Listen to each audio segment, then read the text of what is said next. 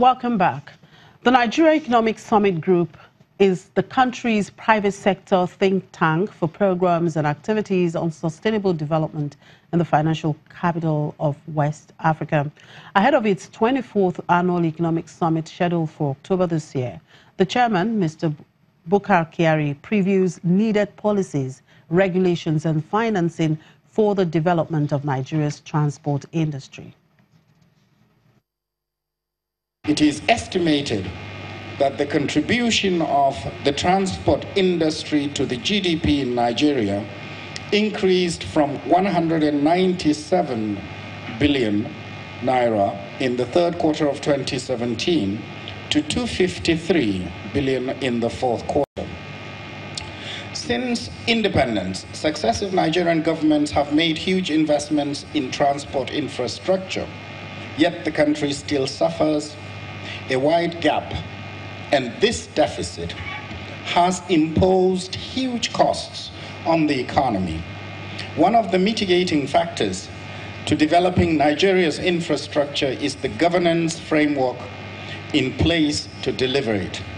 There is an urgent need for a reform of legislations related to the transport infrastructure sector to remove the binding constraints and unlock Nigeria's infrastructure revolution.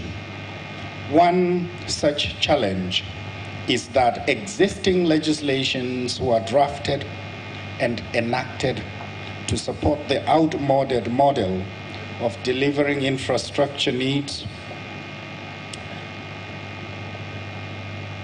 which restricts management and investments to only the public sector. Therefore, institutional reforms are required in the transport sector to address the challenges of governance and finance. With the globalization of the world economy, a nation's economic competitiveness is linked increasingly to its ability to transport passengers, raw materials, intermediate goods, as well as final products efficiently and economically. Over the last 3 decades, countries have approached the reform of their transport sectors mainly through private sector participation in the provision of transport infrastructure and services. Various reform options can be used, ranging from the concession of transport infrastructure to outright privatization of some public services. Whichever reform option is adopted would mean government relinquishing some measure of control to the private sector. It is then important for government interventions through regulation to ensure that the concessioned or privatized infrastructure or services operate efficiently. It is a partnership between the National Assembly, Nigerian Economic Summit Group, and Nigerian Bar Association's section on business law. It is expected that this will create a better business enabling environment, leading to increased and sustained private sector development and investment in the country. This, in turn, will boost output, create jobs, and generate wealth. NASBA's underlying objective is to provide a framework for the review of legislation affecting businesses in Nigeria, and the legislature has a critical role to play in this regard. One of such high priority NASBA legislations is the National Transport Commission Bill, which will establish the NTC as an effective, impartial, and independent framework, regulatory authority. The bill will also provide for an economic regulatory framework for the provisions of services in the regulated transport industry. It is expected that the NTC will provide a mechanism for monitoring compliance of operators in the industry and provide advice to government on matters relating to economic regulation. The Commission will also protect the rights and interests of service providers and users within Nigeria to create an enabling environment for private sector participation in the provision of services in the transport sector.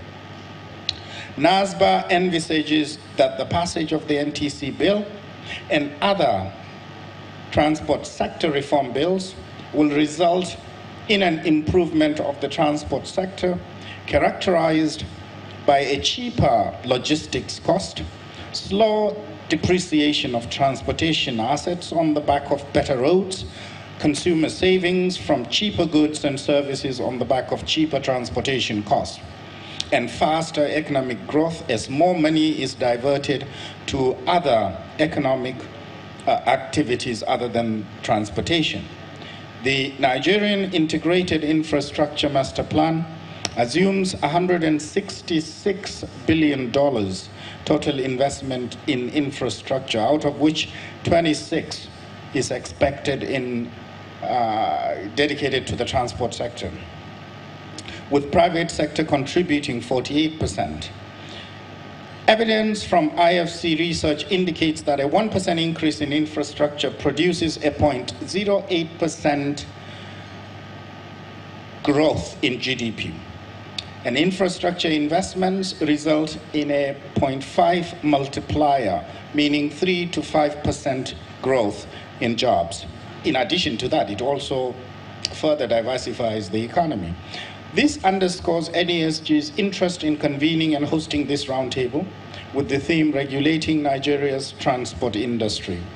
Our objective is to sensitize and stimulate a high-level, multi-stakeholder interaction on the imperatives of a transport industry regulator, as well as its applicability and scope to ensure that it catalyzes its expected benefits to the economy. In the end, it is expected that the roundtable will generate a consensus on the right approach and framework for the successful takeoff for the proposed National Transport Commission. This roundtable is a pre-summit event of the 24th Nigerian Economic Summit by the Infrastructure Policy Commission. Mr. Bukar Kiari, Chairman, Nigerian Economic Summit Group. And finally, the Industrial and Commercial Bank of China has launched a credit card in partnership with Kenya's Stanbic Bank to tap a growing pool of Chinese tourists visiting the East African nation. Some 53,485 Chinese visitors came to Kenya last year, and ICBC, which owns a stake in Stanbic Kenya's parent, South Africa's Standard Bank, expects the number to rise to 60,000 this year, doubling from 2015 levels. Users of the card will be able to pay for hotels and other services while visiting Kenya. Adoption of Chinese payment options such as Union Pay and WeChat by Kenyan tour operators could also help increase the flow of tourists. ICBC's number of credit card customers increased to 88.59 million last year, making it China's largest domestic credit card issuing bank. And that's it on the program. Thank you very much for watching. I'm Chimeze Obi Iwagu.